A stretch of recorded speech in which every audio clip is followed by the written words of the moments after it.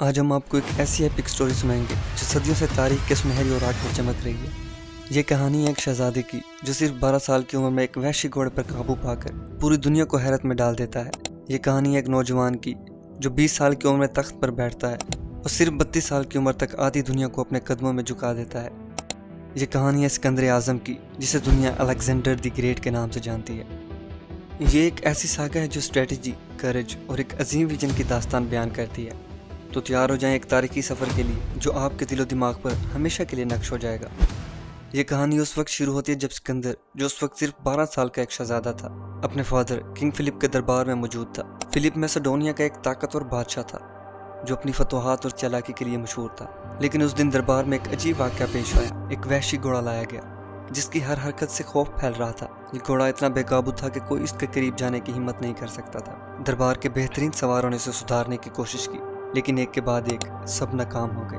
کچھ سوار زخمی ہوئے اور کچھ نے ہمت چھوڑ دی۔ کنگ فلپ نے مایوسی سے اعلان کیا کہ اس گھوڑے کو واپس بھیج دیا جائے، لیکن اس لمحے 12 سالہ سکندر نے سب کو حیران کر دیا۔ وہ خاموشی سے آگے بڑھا، اس کی آنکھوں میں ایک عجیب سی چمک تھی۔ اس نے گھوڑے کو گہری نظروں سے دیکھا اور چند لمحوں میں اسے سمجھ آ گیا کہ یہ گھوڑا اپنے ہی سائے سے ڈر رہا ہے۔ سکندر نے ایک ہوشیار حرکت کی، اس نے گھوڑے کا منہ سورج کی طرف موڑ دیا تاکہ اس کا سایہ پیچھے رہ جائے۔ پھر اس نے نرمی سے اس کی گردن تھپتھپائی، اسے پرسکون کیا اور پھر پل چپکتے ہی اس کی پیٹھ پر بیٹھ گیا۔ جب گھوڑا مکمل طور پر پرسکون ہو گیا تو پورے دربار میں سناٹا چھا گیا۔ لوگوں کی سانسیں رک گئیں۔ کنگ فلپ نے اپنے بیٹے کی طرف دیکھا اور حیرت سے بولا، یہ چھوٹی سی سلطنت تمہارے لیے بہت چھوٹی ہے، ایک دن تم پوری دنیا کو فتح کر لو گے۔ کنگ فلپ نے یہ گھوڑا اپنے بیٹے کو ایک تحفے کے طور پر دے دیا اور یہ سکندر کا ایک وفادار کمپینین بن گیا۔ یہ گھوڑا اس کے ساتھ میدان جنگ میں کئی فتوحات کا گواہ بنا۔ یہ واقعہ صرف ایک گھوڑے کو سدھارنے کی کہانی نہیں ہے، بلکہ ایک عظیم لیڈر کے عروج کا آغاز تھا۔ سکندر نے اس دن ثابت کیا کہ اس کے اندر ایک ایسی کرج اور آبزرویشن کی طاقت ہے جو اسے دوسروں سے ممتاز کرتی ہے۔ اس واقعے نے اس کے والد اور دربار کو یہ یقین دلا دیا کہ سکندر ایک دن تاریخ کا ایک عظیم فاتح بنے گا۔